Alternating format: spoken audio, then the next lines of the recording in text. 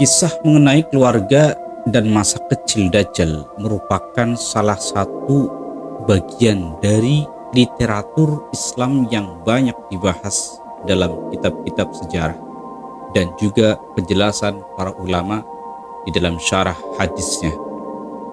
Meskipun dalam hadis sahih yang menerangkan tentang orang tuanya Dajjal sangatlah singkat, tapi para ulama seperti Imam Al-Qurtubi dan ulama kontemporer telah menghimpun riwayat yang memberikan gambaran lebih rinci. Berikut adalah uraian yang mendalam mengenai asal-usul keluarga, kelahiran, hingga masa kecil Dajjal Al-Masih. Kang Habib Channel. Jangan lupa subscribe, like, and share. Latar belakang orang tua Dajjal. Dajjal lahir dari keturunan manusia, bukan dari bangsa jin atau hasil perkawinan manusia dengan jin. Dia adalah murni dari Bani Adam alaihissalam. Berdasarkan riwayat dari Imam Ahmad dan At-Tirmidzi yang bersumber dari Abu Bakrah, ayahnya digambarkan sebagai seorang pria yang bertubuh tinggi, ramping, dan memiliki hidung yang panjang atau mancung persis menyerupai parung atau paruh burung. Dan ibunya adalah seorang wanita yang bertubuh sangat gemuk, kemudian memiliki tangan yang panjang, dan memiliki karakter yang serupa dengan suaminya dalam hal penyembahan berhala. Pasangan ini dikisahkan sebagai pasangan yang mandul atau tidak memiliki keturunan. Mereka menikah selama 30 tahun tanpa dikaruniai seorang anak satupun.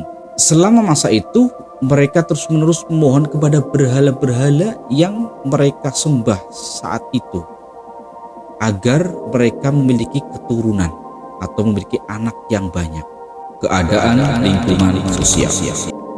Keluarga Dajjal tinggal di sebuah desa bernama Samirah yang terletak di daerah Palestina atau wilayah sekitar Syam atau Mesir kuno. Ini menurut beberapa referensi sejarah. Mereka adalah penganut paganisme. Paganisme itu penyembah berhala yang sangat fanatik di tengah masyarakat Yahudi pada masa lalu. Kelahiran yang membawa petaka. Setelah penantian 30 tahun, lahirlah seorang bayi laki-laki yang kelak dikenal sebagai Dajjal. Namun, kelahirannya bukanlah kebahagiaan bagi orang tuanya, melainkan awal dari penderitaan. Dajjal cacat sejak lahir.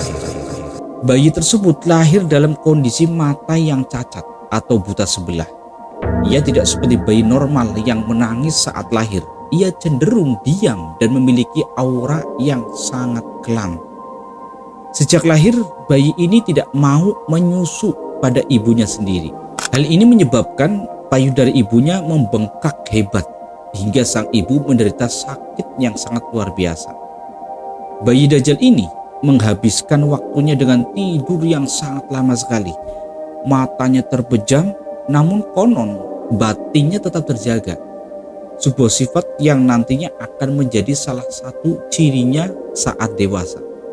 Rasulullah SAW bersabda mengenai keluarga ini bahwa ayah Dajjal itu posturnya tinggi, kurus, dan hidungnya seperti paruh burung, mancung ya.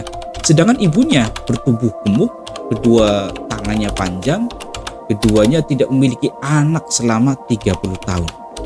Namun setelah 30 tahun lahirlah seorang anak laki-laki yang buta sebelah matanya.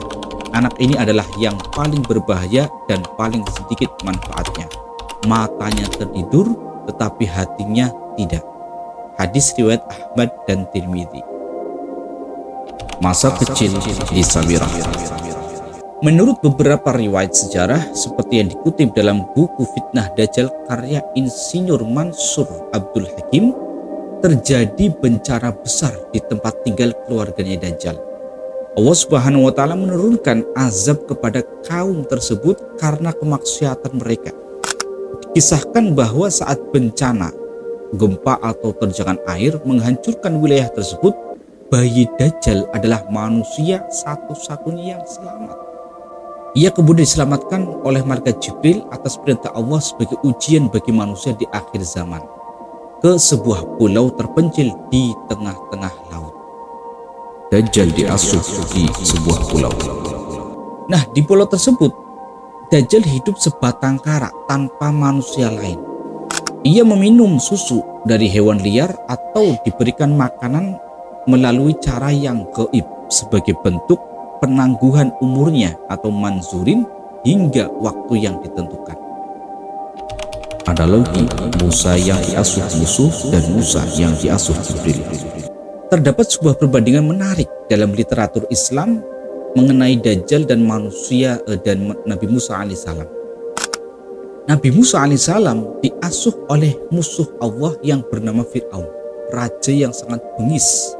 Namun Nabi Musa tumbuh menjadi pembela agama Allah yang sangat luar biasa. Sedangkan Dajjal yang juga bernama asli Musa, ia diasuh oleh kekasih Allah yakni malaikat Jibril alaihissalam atau dalam pengawasannya, namun tumbuh menjadi musuh Allah yang paling besar. Hal ini menunjukkan bahwa lingkungan itu tidak sepenuhnya menentukan hidayah, melainkan ketetapan Allah Subhanahu wa taala. Dajjal dibiarkan hidup dan tumbuh dengan kecerdasan yang luar biasa. Namun hatinya tetap karena kesombongannya sendiri.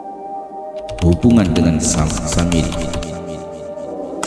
Beberapa ulama dan ahli sejarah menghubungkan sosok Dajjal dengan Samiri, orang yang mengajak Bani Israel menyembah patung anak sapi emas saat Nabi Musa alaihissalam pergi ke Bukit Sinai. Argumen ini didasarkan pada kemampuan Samiri yang bisa melihat jejak malaikat Jibril yang tidak bisa dilihat oleh orang lain. Hukuman bagi Samiri adalah jangan menyentuh atau lamisas, ya, yang dianggap oleh sebagian mufassir sebagai pengasingan Dajjal ke suatu pulau hingga akhir zaman. Namun mayoritas ulama tetap membedakan antara Samiri di zaman Musa dengan Dajjal yang akan muncul di akhir zaman. Meskipun karakter mereka serupa, ya, tapi aslinya berbeda, tidak sama. Dajjal diasuh oleh malaikat Jibril, tapi ternyata bikin kacau. Sedangkan Nabi Musa alaihissalam diasuh oleh Fir'aun, raja yang sangat bengis, tapi ternyata Nabi Musa justru kelak menjadi dewasa, menjadi pembela agamanya Allah Subhanahu wa taala. Ini adalah perbandingan sangat jauh sekali. Dajjal tidak serta-merta menjadi jahat tanpa alasan. Ia adalah personifikasi dari puncak kesombongan manusia. Ia diberikan umur yang sangat panjang dan kemampuan sihir atau mukjizat palsu, ya, mukjizat palsu sebagai ujian atau sebagai istidraj. Karena merasa dirinya tidak mati-mati dan memiliki kekuatan untuk menurunkan hujan atau menghidupkan orang mati dengan bantuan setan, ia akhirnya mengklaim dirinya sebagai Tuhan. Meskipun kisah rinci masa kecilnya banyak terdapat dalam kitab sejarah, namun Rasulullah SAW lebih menekankan pada ciri fisik dan bahaya fitnahnya agar umat Islam selalu waspada. Adapun poin penting yang perlu kita ingat bahwa Dajjal adalah seorang manusia, bukan seorang jin atau bukan jin, ya. Ia lahir dari orang tua yang menyembah selain Allah atau menyembah berhala. Kelahirannya adalah ujian berat bagi keluarganya sendiri sebelum menjadi ujian bagi dunia. Kekuatan utamanya adalah tipu daya atau manipulasi fakta. Semoga kisah ini bisa menjadi penguat iman kita untuk mempersiapkan bekal di akhirat kelak. Amin ya rabbal alamin. Wallahu a'lam bishawab. Kang Habib Channel. Jangan lupa subscribe, like, and share.